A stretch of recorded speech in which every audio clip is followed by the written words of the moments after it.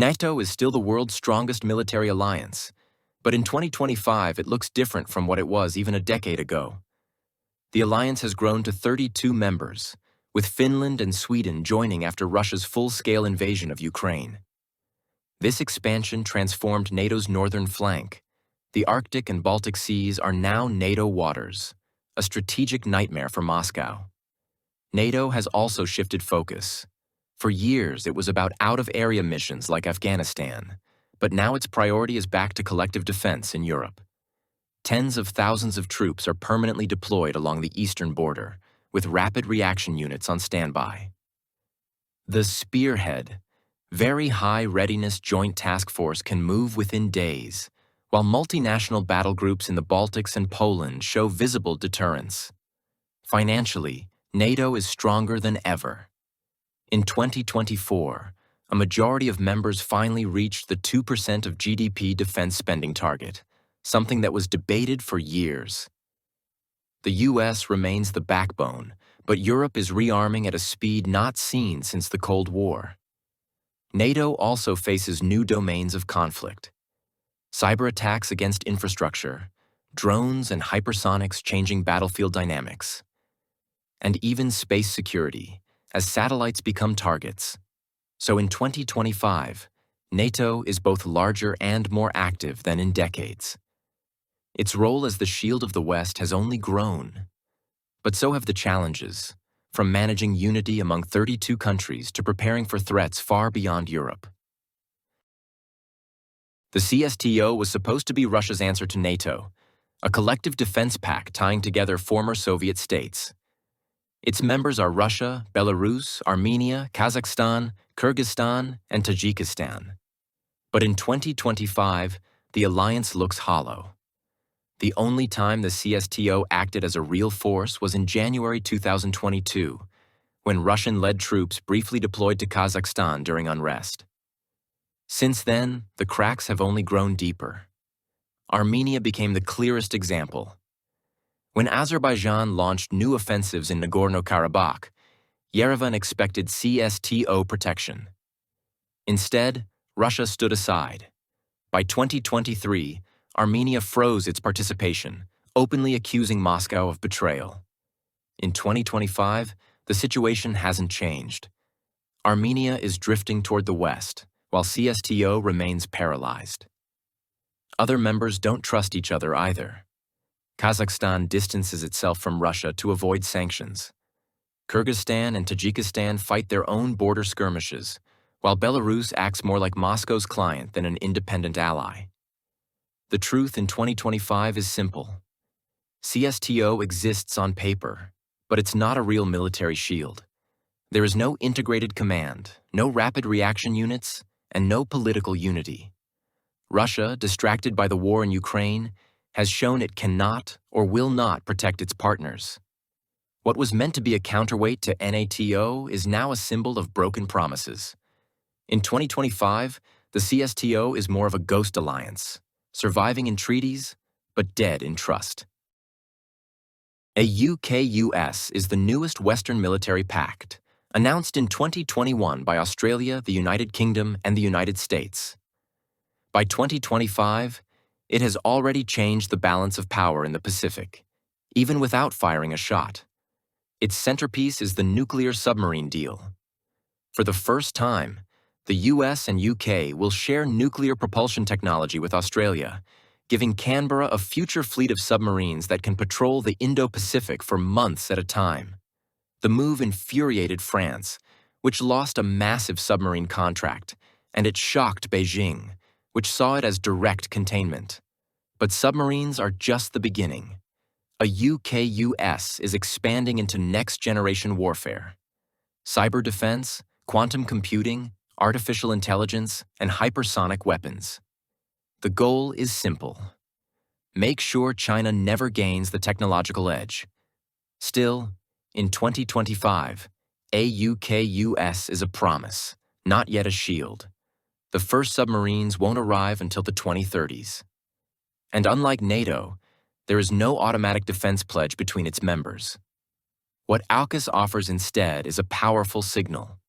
a united front of three nations with the will and the technology to reshape the Pacific. In short, AUKUS is less about today's battles and more about tomorrow's deterrence. A gamble that military power in the 21st century will be won not by numbers, but by innovation. The Quad, the Quadrilateral Security Dialogue, is not NATO, not a treaty, and not an army. It's a strategic club of four major democracies: the United States, India, Japan, and Australia, united by one concern: China's growing power in the Indo-Pacific. By 2025, Quad is far more visible than when it began. It holds regular summits, organizes military drills, and has become a stage where its members coordinate on everything from supply chains to cyber defense. The Malabar naval exercises, where U.S. carriers, Indian destroyers, Japanese submarines, and Australian frigates maneuver side by side, are its most dramatic show of unity. But Quad is more than ships and soldiers.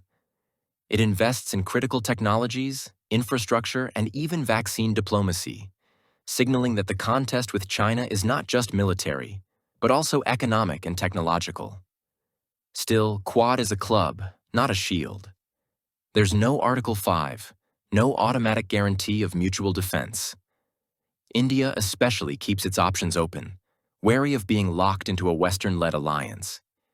And yet, in 2025, Quad's message is impossible to miss. When four of the world's strongest democracies act together, even informally, they send a signal across the Pacific. A signal Beijing cannot afford to ignore. The Shanghai Cooperation Organization, or SCO, was born in 2001 from the Shanghai Five, a group meant to secure Central Asia after the Soviet collapse. Over time, it expanded, adding India, Pakistan, and, in 2023, Iran. By 2025, the SCO covers nearly half the world's population, bigger on paper than NATO, the EU, or AUKUS combined. But here's the truth. The SCO is a political showcase, not a military shield. It hosts annual summits, issues joint communiques, and runs military exercises.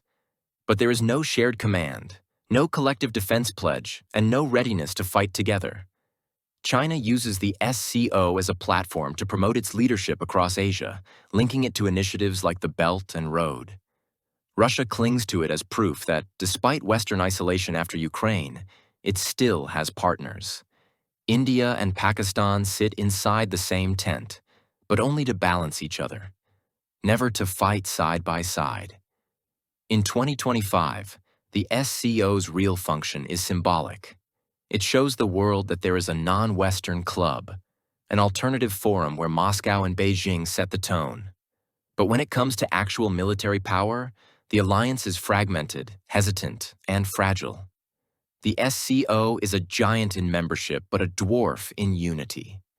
A reminder that influence on paper does not always translate into strength on the battlefield. The European Union has long debated the idea of a common defense. For decades, it was just talk, overshadowed by NATO. But the war in Ukraine changed everything. By 2025, Europe is investing more than ever in building its own military framework. Through PESCO, Permanent Structured Cooperation, EU states are pooling resources for new weapons programs, joint ammunition production, and next-generation technologies like fighter jets and drones. The EU battle groups exist as rapid deployment forces, and while they've never been used in combat, the political will to make them operational is stronger than ever. Still, Europe remains divided. France and Germany push for strategic autonomy, the idea that Europe should be able to defend itself without relying entirely on the United States. But Poland and the Baltic states remain skeptical, insisting that NATO and Washington are the real security guarantees. So in 2025, Europe effectively has two shields: NATO as the hard military umbrella, and the EU as a growing second layer of protection. It's not yet a rival to NATO, but for the first time, EU defense is more than an idea. It's a project in motion. The doctrine is clear.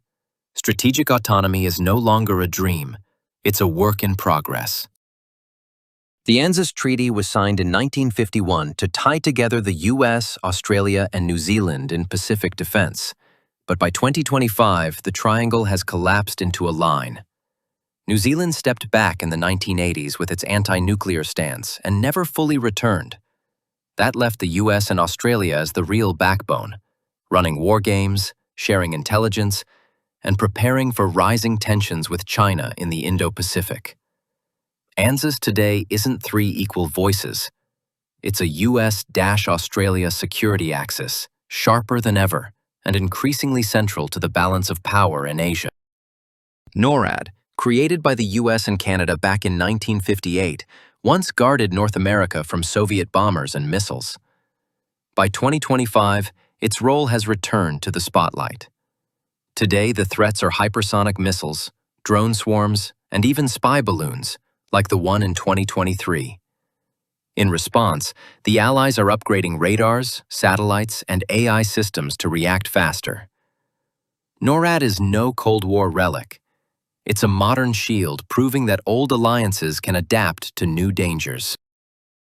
The Arab League signed a defense pact back in the 1950s, promising unity against outside threats. But by 2025, it's little more than a sleeping alliance. Arab states are split by rivalries, proxy wars, and different foreign backers. On paper, it's mutual defense. In practice, when crises erupt, every country acts alone. The African Union runs some of the toughest peacekeeping missions outside the UN. Its troops serve in Somalia, Sudan, and across the Sahel, often in brutal conditions, with little support. By 2025, the AU is a regional stabilizer, holding fragile states together. But without heavy weapons or big budgets, it cannot act like NATO or the EU. It's a shield for Africa, but not a global army. ASEAN talks about collective security, but in reality, it's diplomacy over defense. By 2025, the rise of China puts the group under pressure. Vietnam and the Philippines push for stronger action in the South China Sea, while others prefer silence to avoid Beijing's anger. The result?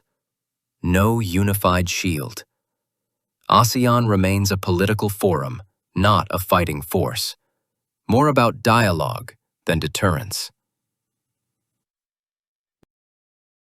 In the end, alliances are measured not by treaties, but by trust. NATO and AUKUS show real strength because their members rely on each other. But alliances tied to Russia, like the CSTO, are weak because Moscow is always the fragile link. It uses its partners, then abandons them, as it did with Armenia against Azerbaijan. That's why some alliances defend, while others collapse the moment they're tested. Subscribe if you want to uncover more truths about global security.